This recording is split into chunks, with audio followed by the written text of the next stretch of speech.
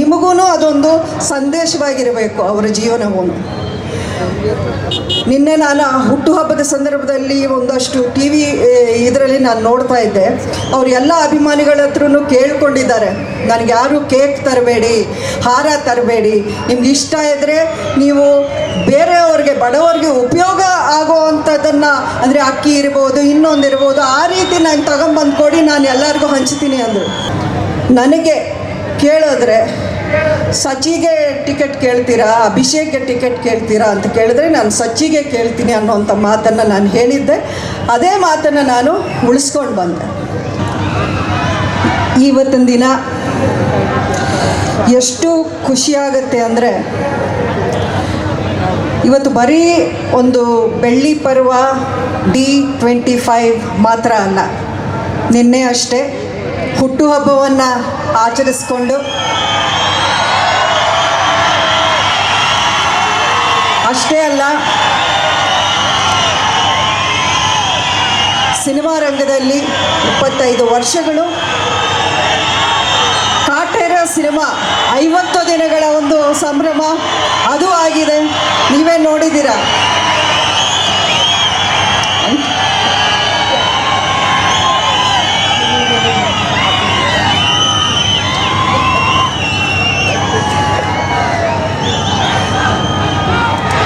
Kaatera ಸಿನಿಮಾದು pre release ಒಂದು ಕಾರ್ಯಕ್ರಮ ಮಂಡ್ಯದಲ್ಲೇ ನಡೆಯಿತು.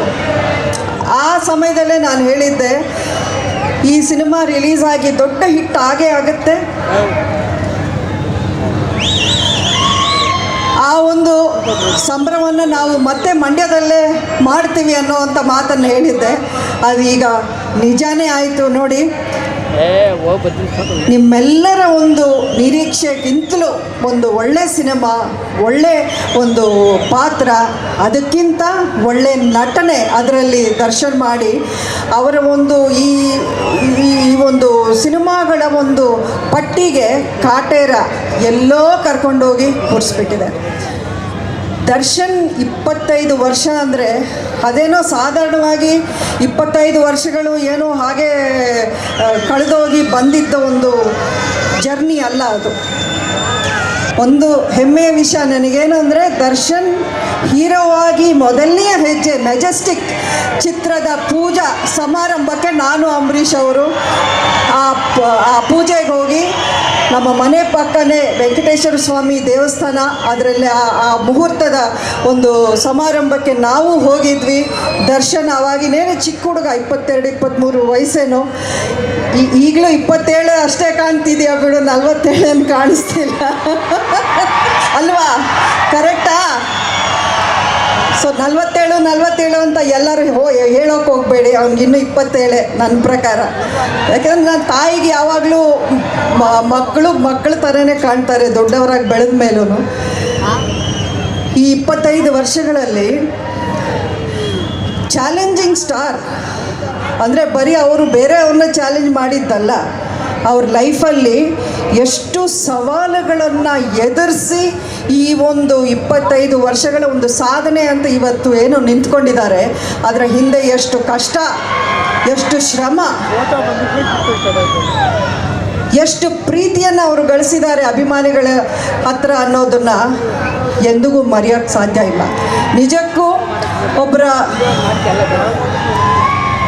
ಪಬ್ಲಿಕ್ ಲೈಫಲ್ಲಿರೋರು, ಅದು ಸಿನಿಮಾ ರಂಗ ಆಗಿರ್ಬೋದು, ರಾಜಕೀಯ ಒಂದು ರಂಗ ಇರ್ಬೋದು, ಯಾವ ರೀತಿ ಬೇರೆಯವ್ರಿಗೆ ಒಂದು ರೋಲ್ ಮಾಡೆಲ್ ಆಗಬೇಕು ಅನ್ನೋದು ನಾವು ನೋಡ್ಕೊಂಡು ಬರ್ತಾಯಿದ್ದೀವಿ. ನಮ್ಮ ಹೆಮ್ಮೆಯ ಡಾಕ್ಟರ್ ರಾಜ್ ಅವರಿರ್ಬೋದು, ವಿಷ್ಣುವರ್ಧನ್ ಇರ್ಬೋದು, ಅಂಬರೀಷ್ ಅವರಿರ್ಬೋದು, ಅವರೆಲ್ಲರ ಜೀವನ ಒಂದು ಸಂದೇಶವಾಗೇ ಇತ್ತು.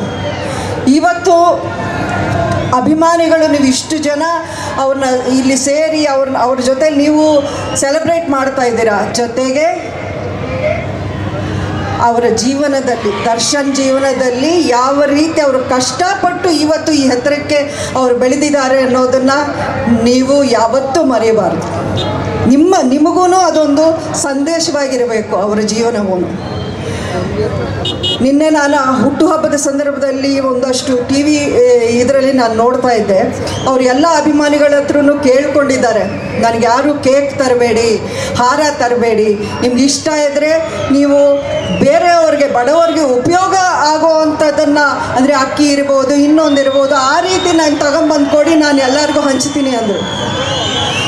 ಅಂದರೆ ಇದರ ಅರ್ಥ ಏನು? ಅದನ್ನು ಬೇರೆಯವ್ರು ತಂದು ಕೊಟ್ಟರೆ ಮಾತ್ರ ದರ್ಶನ್ ಅದನ್ನು ಹಂಚಬೇಕು ಅಂತ ಏನಿಲ್ಲ, ದರ್ಶನ್ ತಾನಾಗೆ ಮಾಡ್ತಾರೆ ಅದನ್ನೆಲ್ಲ. ಬಟ್ ನಿಮಗೂ ಅದೇ ಅಭ್ಯಾಸ ಆಗಬೇಕು ಅನ್ನೋ ಒಂದು ಉದ್ದೇಶಕ್ಕೆ ಮಾತ್ರ ಅದನ್ನು ಮಾಡ್ತಾ ಇರೋದು. ಅದಕ್ಕಿಂತ ಇನ್ನೇನು ಬೇಕು? ಒಬ್ಬ ತಾಯಿಗೆ ಇಲ್ಲಿ ನಿಂತ್ಕೊಂಡು ನಾನು ಮಾತಾಡ್ತೀನಿ ಅಂದರೆ ಅಷ್ಟೇ ನಾನು ಹೆಮ್ಮೆ ಪಡ್ತೀನಿ. 25 ವರ್ಷಗಳ ಅವರ ಒಂದು ಪ್ರಯಾಣ ನೋಡಿ. ಮಕ್ಕಳ ಯಶಸ್ವಿಗಿಂತ ಯಾವುದೇ ತಾಯಿ ಇನ್ನೇನೂ ಬಯಸಲ್ಲ, ಏನೂ ಎದುರು ನೋಡಲ್ಲ. ಬಟ್ ನಾನು ಎದುರು ನೋಡಿದ್ದಕ್ಕಿಂತ ದರ್ಶನ್ ನನ್ನ ಜೊತೆಗೆ ನನ್ನ ಬೆನ್ನೆಲುಬಾಗಿ ನಿಂತಿದ್ದಾರೆ. ನನಗೆ ಮಾತ್ರ ಅಲ್ಲ, ಅಭಿಷೇಕ್ಗೂ ಒಬ್ಬ ದೊಡ್ಡಣ್ಣನಾಗಿ ಅವರು ಅಡ್ವೈಸ್ ಮಾಡ್ತಾರೆ, ಬೈತಾರೆ, ಒಳ್ಳೇದು ಕೆಟ್ಟದು ಎಲ್ಲ ಗೈಡ್ ಮಾಡ್ತಾರೆ.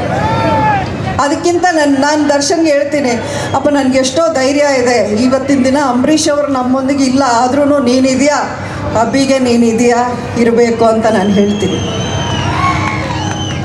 ಇನ್ನೊಂದು ವಿಷಯ ನಾನು ಎಂದೆಂದಿಗೂ ಮರೆಯಲ್ಲ. ನನ್ನ ಎಲೆಕ್ಷನ್ ಟೈಮಲ್ಲಿ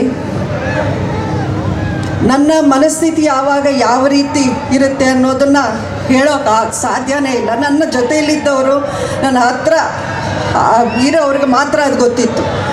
ಆ ಟೈಮಲ್ಲಿ ನನಗೆ ಜೊತೆಗಿದ್ದು, ನನಗೆ ಸಪೋರ್ಟಾಗಿ ನಿಂತ್ಕೊಂಡು ದರ್ಶನ್ನು ಮತ್ತು ಯಶ್, ನಾನು ಹೇಳಲೇಬೇಕಿಲ್ಲಿ ಈ ವಿಷಯನ, ಎಷ್ಟು ನನಗೆ ಧೈರ್ಯ ತುಂಬಿದ್ರು. ಬರೀ ಬಂದು ಯಾವುದೋ ಒಂದು ದಿನ ಇಲ್ಲಿ ಬಂದು ಭಾಷಣ ಮಾಡಿ ಹೋಗಿದ್ದಲ್ಲ, 15-20 ದಿವಸಗಳು ನನ್ನ ಜೊತೆಯಲ್ಲಿದ್ದು ನನಗಿಂತ ಅವ್ರು ಜಾಸ್ತಿ ಶ್ರಮಪಟ್ಟು ಆ ಬಿಸಿಲಲ್ಲಿ, ಆ ಧೂಳಲ್ಲಿ, ಆ ಜನರ ಮಧ್ಯೆ ಅವ್ರು ಕಷ್ಟಪಟ್ಟು ನನಗೋಸ್ಕರ ನಿಂತಿದ್ರು. ಆ ಪ್ರೀತಿ ಇದೆಯಲ್ಲ, ಅವರೇನು ನನಗೆ ಏನೋ ಅದನ್ನು ಮಾಡಬೇಕು ಅಂತ ಏನಿರಲಿಲ್ಲ. ಎಷ್ಟೋ ಜನ ನೋಡಿದ್ವಿ, ಅಂಬರೀಷ್ ಅವರು ಇದ್ದಾಗ ಜೊತೇಲಿ ಎಷ್ಟೋ ಜನ ಇದ್ದರು, ಅವರೆಲ್ಲ ಏನು ಜೊತೇಲಿ ಉಳ್ಕೊಂಡಿಲ್ಲ. ಆಮೇಲೆ ಜೀವನದಲ್ಲಿ ನಾವು ಸಹಾಯ ಮಾಡಿದವರೆಲ್ಲ ನಮಗೆ ಸಹಾಯ ಮಾಡ್ತಾರೆ ಅಂತ ಯಾವತ್ತೂ ಎದುರು ನೋಡಬಾರ್ದು, ನಾವು ಎದುರು ನೋಡಲ್ಲ ಅದನ್ನು. ಆದರೆ ನಡೆದು ಬಂದ ದಾರಿಯನ್ನು ನಾವು ಮರೆಯಬಾರದು. ಅದು ಮನುಷ್ಯರ ಲಕ್ಷಣ, ಮನುಷ್ಯತ್ವದ ಗುಣ ಅದು. ಆ ಗುಣ ದರ್ಶನಲ್ಲಿದೆ, ಅದನ್ನು ನಾನು ಎಂದಿಗೂ ಮರೆಯಲ್ಲ. ಅದೇ ಆಶೀರ್ವಾದ ದರ್ಶನ್ಗೆ ಇವತ್ತಿನ ದಿನ ಮಾಡಿರೋ ಒಳ್ಳೆ ಕೆಲಸಗಳು ನೋಡಿ. ರಾಜಕಾರಣ, ಅಧಿಕಾರ ಅಥವಾ ಸಿನಿಮಾ ರಂಗದಲ್ಲಿ ಯಶಸ್ವಿ ಹೆಸರು ಎಲ್ಲ ಬರುತ್ತೆ, ಅದು ಯಾವುದು ಶಾಶ್ವತ ಅಲ್ಲ. ಅಲ್ಲಿ ಇದ್ದಾಗ ನಾವು ಯಾವ ರೀತಿ ನಡ್ಕೊಂಡಿರ್ತೀವಿ, ಯಾವ ರೀತಿ ನಾವು ಒಳ್ಳೆ ಹೆಸರನ್ನು ಸಂಪಾದನೆ ಮಾಡ್ತೀವಿ ಅನ್ನೋದು ತುಂಬ ಮುಖ್ಯ ಆಗುತ್ತೆ. ಈ ಒಂದು ಸಮಾರಂಭ ನೋಡಿ ಎಷ್ಟು ಚೆನ್ನಾಗಿ ನಮ್ಮ ಸಚ್ಚಿದಾನಂದ್ ಅರೇಂಜ್ ಮಾಡಿರೋದು, ತುಂಬ ಖುಷಿ ಆಗುತ್ತೆ. ಇದೇ ಶ್ರೀರಂಗಪಟ್ಟಣದಲ್ಲಿ ನಾನು ನಿಂತ್ಕೊಂಡು ಸಚ್ಚಿ ಒಂದು ರಾಜಕಾರಣದ ಒಂದು ಎಂಟ್ರಿ ವೇಳೆ ನಾನು ಹೇಳಿದ್ದೆ. ಎಲ್ಲರೂ ಅವಾಗ ಕೇಳ್ತಾಯಿದ್ರು, ಕಳೆದ ವಿಧಾನಸಭಾ ಚುನಾವಣೆಯ ಒಂದು ಹೊತ್ತಲ್ಲಿ ಸಚಿನ ನಿಲ್ಲಿಸ್ತೀರಾ, ಅಭಿಷೇಕ್ನ ನಿಲ್ಲಿಸ್ತೀರಾ, ನೀವು ನಿಂತ್ಕೋತೀರಾ ಅನ್ನೋ ಮಾತು ಎಲ್ಲ ಕಡೆ ನಡೀತಾ ಇತ್ತು. ಮಾಧ್ಯಮಗಳಲ್ಲಂತೂ ಆವತ್ತಿಂದ ಇವತ್ತಿಗೂ ಆ ರೀತಿಯ ಒಂದು ಊಹಾಪೋಹಗಳು ನಡೀತಾನೇ ಇದೆ, ನಡೀಲಿ. ಆದರೆ ನಾನು ಒಂದೇ ಮಾತನ್ನೇ ಈ ವೇದಿಕೆ ಇದೇ ಇದರಲ್ಲಿ ಹೇಳಿದ್ದೆ. ನನಗೆ ಕೇಳಿದ್ರೆ ಸಚಿಗೆ ಟಿಕೆಟ್ ಕೇಳ್ತೀರಾ, ಅಭಿಷೇಕ್ಗೆ ಟಿಕೆಟ್ ಕೇಳ್ತೀರಾ ಅಂತ ಕೇಳಿದ್ರೆ ನಾನು ಸಚಿಗೆ ಕೇಳ್ತೀನಿ ಅನ್ನೋಂಥ ಮಾತನ್ನು ನಾನು ಹೇಳಿದ್ದೆ. ಅದೇ ಮಾತನ್ನು ನಾನು ಉಳಿಸ್ಕೊಂಡು ಬಂದೆ ಸಚಿ ಪರವಾಗಿ. ಯಾಕೆಂದರೆ ಸಚಿನೂ ನನ್ನ ಪರವಾಗಿ ನಿಂತಿದ್ದ ನನ್ನ ಚುನಾವಣೆಯ ಒಂದು ಹೊತ್ತಲ್ಲಿ. ಯಾವತ್ತೂ ಅದನ್ನೇ ಹೇಳ್ತಾ ಇದ್ದೀನಿ, ನಾವು ನಡೆದು ಬಂದ ದಾರಿ, ನಮ್ಮ ಕೈ ಹಿಡಿದ ಕೈಗಳು, ಇವು ಯಾವತ್ತೂ ನಾವು ಮರೆಯಬಾರದು. ಇದನ್ನು ನಾವು ದರ್ಶನಿಂದ ಕಲಿಬೇಕು. ನಿಜವಾಗಿ ಇವತ್ತು ದರ್ಶನ ನಾನು ತುಂಬ ಹೊಗಳಿದ್ದೀನಿ ಅಥವಾ ತುಂಬ ನಾನು ಥ್ಯಾಂಕ್ಸ್ ಹೇಳಿದ್ದೀನಿ ಅಂದರೆ ಆಮೇಲೆ ಮನೆಗೆ ಬಂದು ಬೈತಾನೆ ನನಗೆ. ಅದಕ್ಕೆ ಅದಕ್ಕೆ ನಾನು ಜಾಸ್ತಿ ಹೇಳೋಕ್ಕೂ ನನ್ನ ಕೈಲಿ ಆಗಲ್ಲ. ಇನ್ನು ಇಲ್ಲಾಂದರೆ ಇನ್ನೆಷ್ಟೋ ಹೇಳ್ಬೋದು ನಾನು ದರ್ಶನ್ ಬಗ್ಗೆ. ಬಟ್ ಖುಷಿ ಆಗುತ್ತೆ, ಎದೆ ತುಂಬಿ ಬರುತ್ತೆ. ದರ್ಶನಿಗೆ ಆ ದೇವರು ಎಲ್ಲ ಕೊಟ್ಟಿದ್ದಾನೆ, ನಾವೇನು ಕೇಳೋದು?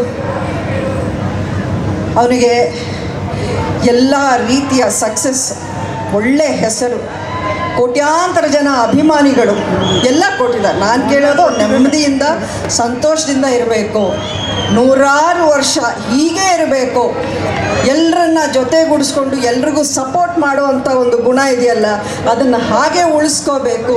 ಬೇರೆಯವ್ರನ್ನೂ ಬೆಳೆಸುವಂಥ ಗುಣ ನಾನು ಬರೀ ಅಂಬರೀಷ್ ಅವರಲ್ಲೂ ಒಬ್ಬರಲ್ಲೇ ನೋಡಿದ್ದೀನಿ, ಅದಾದಮೇಲೆ ದರ್ಶನಲ್ಲಿ ನೋಡ್ತಾ ಇದ್ದೀನಿ. ಅದೇ ಗುಣ ನನಗೆ ತುಂಬ ತುಂಬ ಇಷ್ಟ ಆಗಿತ್ತು ದರ್ಶನಲ್ಲಿ. ಇದೇ ಇನ್ನು ಅದೇ ಹೇಳ್ಕೊಂಡೋದ್ರೆ ದರ್ಶನ್ ಬಗ್ಗೆ ನಾನು ಇಡೀ ರಾತ್ರಿ ಹೇಳ್ಬೋದು, ಆದರೆ ಬೇಡ, ಎಲ್ರಿಗೂ ಮಾತಾಡೋ ಒಂದು ಅವಕಾಶ ಇರಲಿ. ಯಾವತ್ತೂ ಒಳ್ಳೆಯದನ್ನು ಮಾಡೋರಿಗೆ ಭಗವಂತ ಒಳ್ಳೆಯದನ್ನೇ ಕೊಡ್ತಾನೆ ಅನ್ನೋ ಮಾತನ್ನು ನಾನು ತುಂಬ ದೃಢವಾಗಿ ನಂಬಿದ್ದೀನಿ. ನನ್ನ ಸುತ್ತಲೂ ಎಲ್ಲ ಒಳ್ಳೆಯವರೇ ಇದ್ದಾರೆ, ಅದನ್ನು ನಾನು ನಂಬಿದ್ದೀನಿ. ಆ ದೇವರ ಒಂದು ಆಶೀರ್ವಾದ ಇದೆ.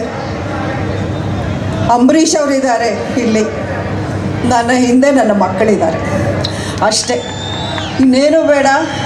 ನಿಮ್ಮ ಒಂದು ಪ್ರೀತಿ ವಿಶ್ವಾಸ ಗಳಿಸಿದ್ದೇ ದೊಡ್ಡ ವಿಷಯ. 5 ವರ್ಷ ಯಾವ ರೀತಿ ಕಳೆದೋಗಿದೆ ಅನ್ನೋದು ನನಗೆ ಗೊತ್ತಿಲ್ಲ, ಆದರೆ ನನ್ನ ಮೈಂಡಲ್ಲಿ ಯಾವಾಗಲೂ ಒಂದು ಜವಾಬ್ದಾರಿ ಏನಕ್ಕೆ ಹೆಚ್ಚಾಗಿ ಇತ್ತು ಈ 5 ವರ್ಷಗಳು ಅಂದರೆ, ನನ್ನ ಹಿಂದೆ ದರ್ಶನು ಯಶ್ ಅವತ್ತು ಅವರು ಒಂದು ರಿಸ್ಕ್ ತಗೊಂಡು ಯಾರೇನೇ ಟ್ರೋಲ್ ಮಾಡಿದ್ರು, ಯಾರೇನೇ ಟಾರ್ಗೆಟ್ ಮಾಡಿದ್ರು ಹೆದರ್ಕೊಳ್ಳದೆ ನನ್ನ ಜೊತೇಲಿ ನಿಂತ್ರಲ್ಲ, ಆ ಒಂದು ಜವಾಬ್ದಾರಿಗೆ ನಾನು ಇನ್ನಷ್ಟು ಕಷ್ಟಪಟ್ಟು ಕೆಲಸ ಮಾಡಿದ್ದೀನಿ. ಆ ಹೆಸರನ್ನ ಉಳಿಸ್ಕೊಳ್ಳೋವಂಥ ಒಂದು ಪ್ರಯತ್ನ ಮಾಡಿದ್ದೀನಿ. ಈ ಮಣ್ಣಿನ ಗುಣ ಇದೆಯಲ್ಲ, ಈ ಮಣ್ಣಿನ ತಿಲಕ ಹಚ್ಚಿ ನಾವು ಅಂಬರೀಷ್ ಅವರನ್ನು ಇಲ್ಲಿಂದ ಬೀಳ್ಕೊಡುಗೆ ಕೊಟ್ಟಿದ್ದು. ಈ ಮಣ್ಣಿನ ತಿಲಕ, ಈ ಮಣ್ಣಿನ ಋಣ, ಈ ಮಣ್ಣಿನ ಗುಣ ಎಂದೆಂದಿಗೂ ಬಿಡಲ್ಲ. ಸುಮಲತಾ ಅಂಬರೀಷ್ ಈ ಮಣ್ಣನ್ನು ಬಿಡಲ್ಲ. ಜೈ ಹಿಂದ್, ಜೈ ಕರ್ನಾಟಕ, ಜೈ ಮಂಡ್ಯ. ಹೆಚ್ಚಿನ ವಿಡಿಯೋಗಳಿಗೆ ಪ್ರತಿಧ್ವನಿ ಯೂಟ್ಯೂಬ್ ಚಾನೆಲ್ ಸಬ್ಸ್ಕ್ರೈಬ್ ಮಾಡಿ, ಬೆಲ್ ಐಕಾನ್ ಕ್ಲಿಕ್ ಮಾಡಿ.